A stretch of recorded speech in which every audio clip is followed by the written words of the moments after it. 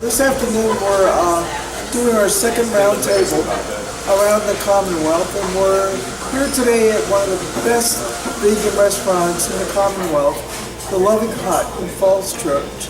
Today with me is a citizen of the Commonwealth. Could you introduce yourself, please? I'm Kathy Finney. My lovely wife, Michelle. Off camera. Kathy had some issues that she wanted to bring up in regard to issues that affect the Commonwealth. Kathy, what in particular, if anything, are you concerned about? Number one, I work at Boston Commons. It's in the heart of Boston. And at one time it was a very small shopping center, and now it is a large shopping center. And it is getting larger every day because we're getting more and more people moving into that area, because we also have the metro there. So we have quite a bit of travel, quite a bit of traffic. We also have the metro stop is there, and it's also there is a large bus stop that goes off of Wilson Boulevard onto Stafford Street. So it's a very busy, hustle-bustle area. In this area, there used to be a flashing light that would tell you that there were pedestrians in the walkway. Somehow, someway, that light has disappeared. Since that time, we've had 2 deaths. 2 women have tried to cross that street and going to work and coming from work, and both of them have been hit and killed. There are 4 senior citizens around that area. They don't walk to the mall. There is also a shopping center, a grocery store there. You don't see that many. A couple of seniors do some walking. It's a very, very dangerous area, is what I'm getting at. I think there needs to be flashing lights to tell people who are making those turns they must stop while there's pedestrians in the area.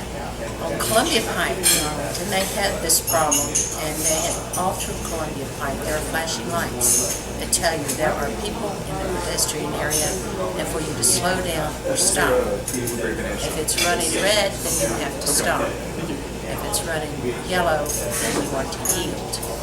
I think this needs to be done in Boston. I really do. I think 2 deaths are too many for just a certain amount of flashing lights. I also have a concern about the metro. A friend of mine was going to be here today, but she's going to be a grandmother, so she's not here. She has moved her from Crystal City, again in Arlington, to Fort Myers. There is no metro there. They're getting off at the metro, and there was a bus that would pick them up and take them from that bus to Fort Myers so they can go to work. That bus is getting ready to stop. They don't know why the bus is getting ready to stop, I guess because of money. This is going to add on more time going from point A to point B. I don't think that the metro is going, and again, we've got transportation going out to Dulles Airport, and all at once it gets stopped, and all at once there's going to be a bus from point A to point B. I think public transportation is something in Virginia we need. We're getting a lot of business coming out to Manassas. We need to have transportation to get these people to these jobs so they can stay employed.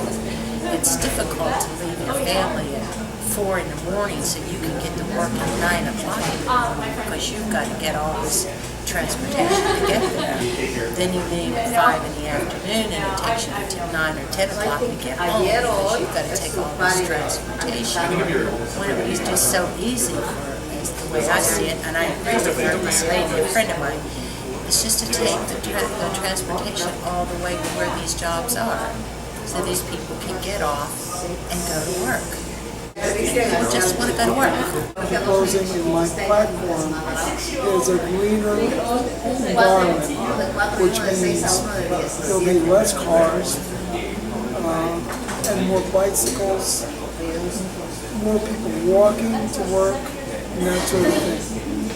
For us to do that, we have to make our communities more pedestrian friendly. We have to make it more bike friendly. And we also need to make sure that our communities are safe.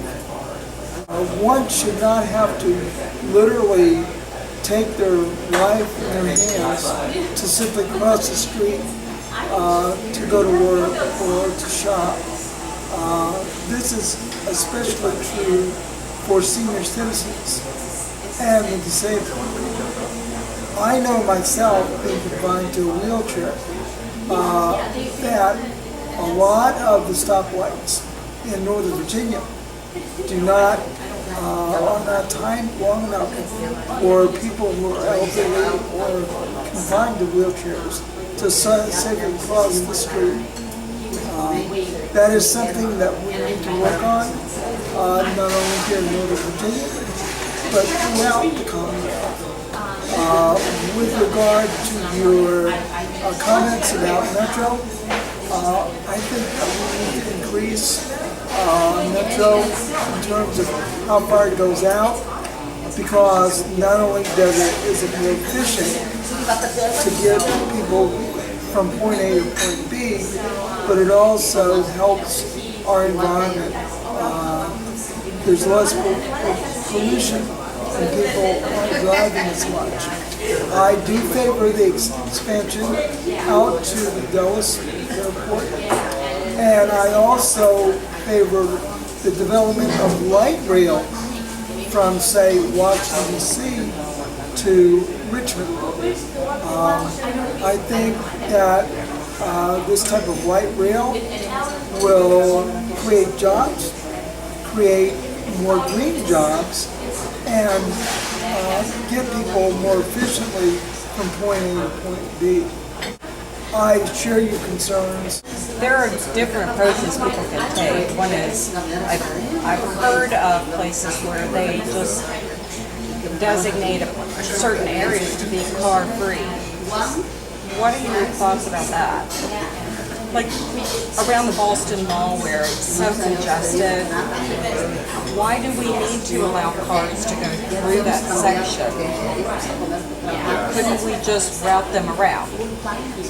And that's what we close that off and just make that pedestrian? And that's what I mean about making the Commonwealth, many areas of the Commonwealth more walkable, more green, less traffic, a better quality of life for all of our people in the Commonwealth. What do you think about that? I think that would probably be the answer. There's a lot of seniors who have their walkers. Every morning, usually I walk across with maybe 2 or 3 of them. It's just a nice day. They get up early and they want to go for that walk. And they got their walkers, and like you said, so they don't stay. Those lights do not stop those people. One of the things I want to do in my first week after being inaugurated governor in Williamsburg, I want to hold a public forum that will bring together the greatest minds in the country in terms of green energy and green development and community planning. We have the technology. We just are lacking the political will, and I will bring that political will.